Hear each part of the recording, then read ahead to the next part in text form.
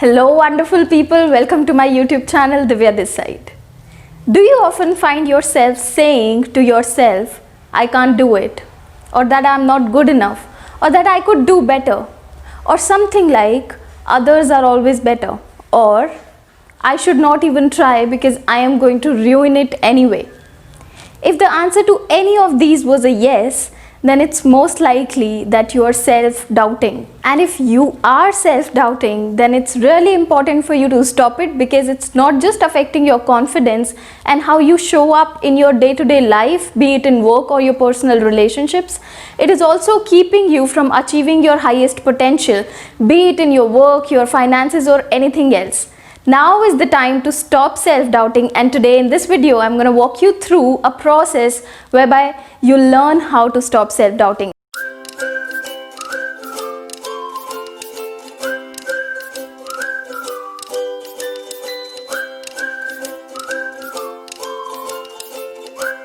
In order to understand how to stop self-doubting, we need to understand why do we doubt ourselves in the first place. There are three personality aspects in each one of us, and it operates at all times. Sometimes we feel and behave like our parent figures, and this part of our personality is called the parent ego. Sometimes we are rational, reasonable, and present in the here and now reality, and this part of our personality is called the adult ego. And sometimes we think, behave, and act like the children that we once were, and that part of our personality is called our child ego. Now, all of these personality aspects exist even still because our subconscious mind remembers what our parents said and how we as children reacted to those.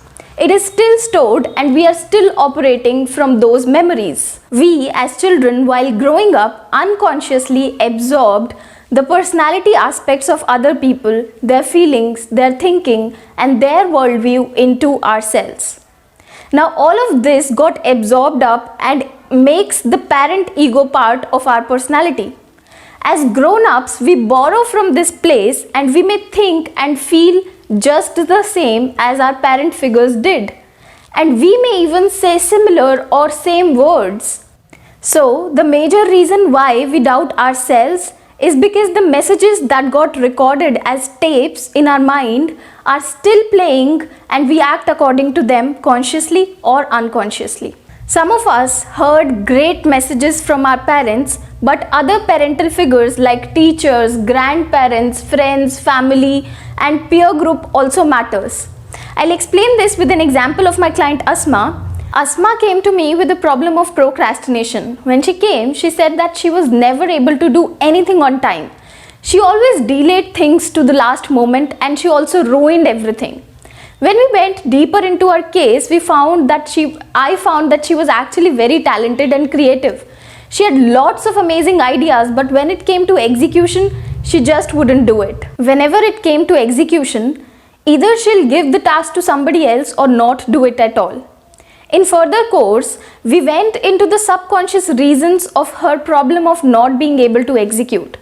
In this session, she was able to identify a very feeble voice which was coming from the back of her head saying, "You can't do it. You should ask your elder sister to do it for you."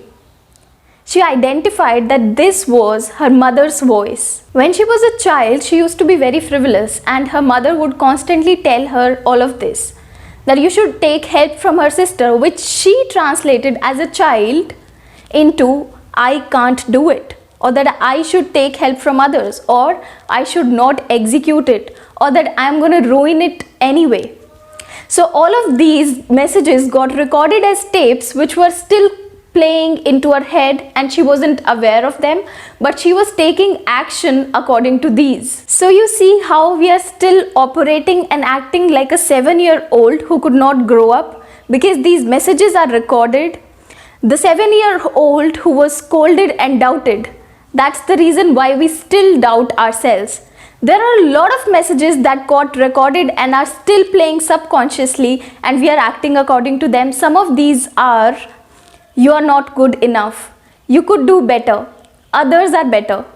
Or our parents usually say something like, When we used to be your age, we were so much active, we were so much better, and constant comparisons.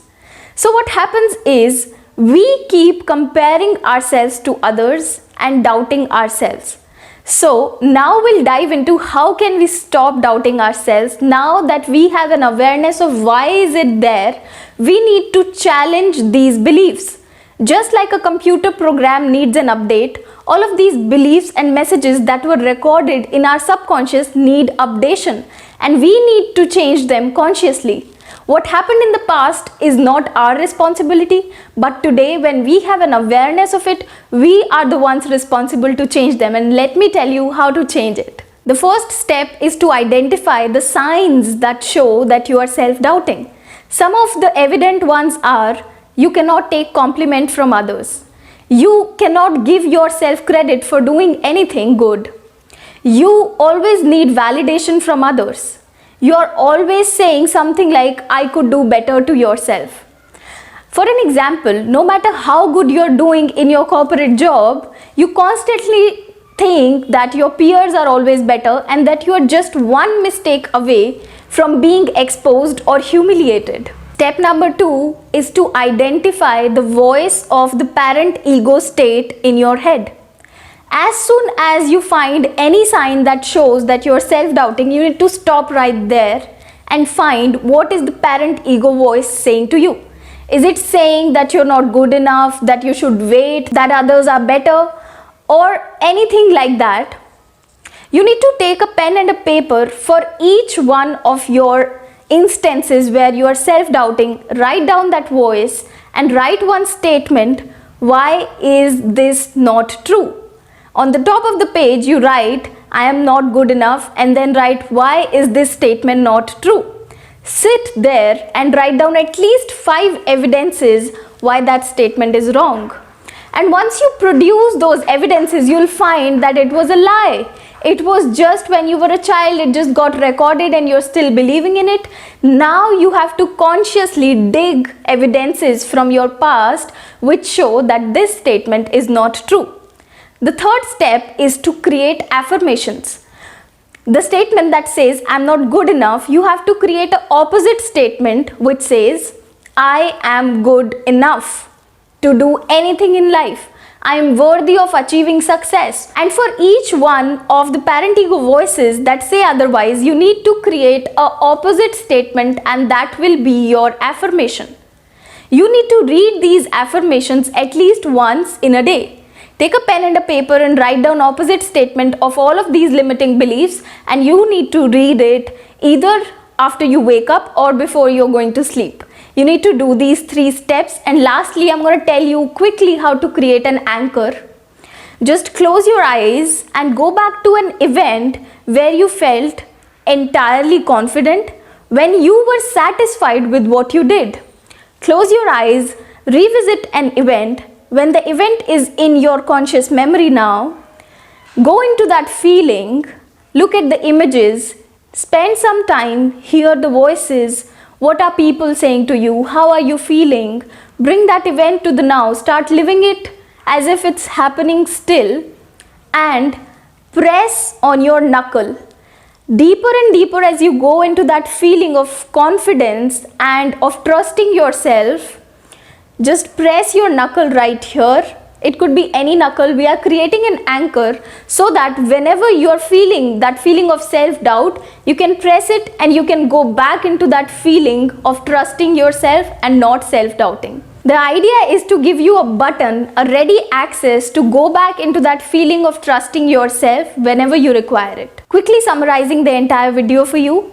Now, a lot of our beliefs were absorbed when we were kids, and they are still playing into our heads. The beliefs of self-doubt are also absorbed from there, and they are still playing. You need to challenge them and ask, whose beliefs are this? Is there any evidence that proves that this is right? If not, you need to provide evidence to your mind that this is wrong and create affirmations which are opposite of this statement.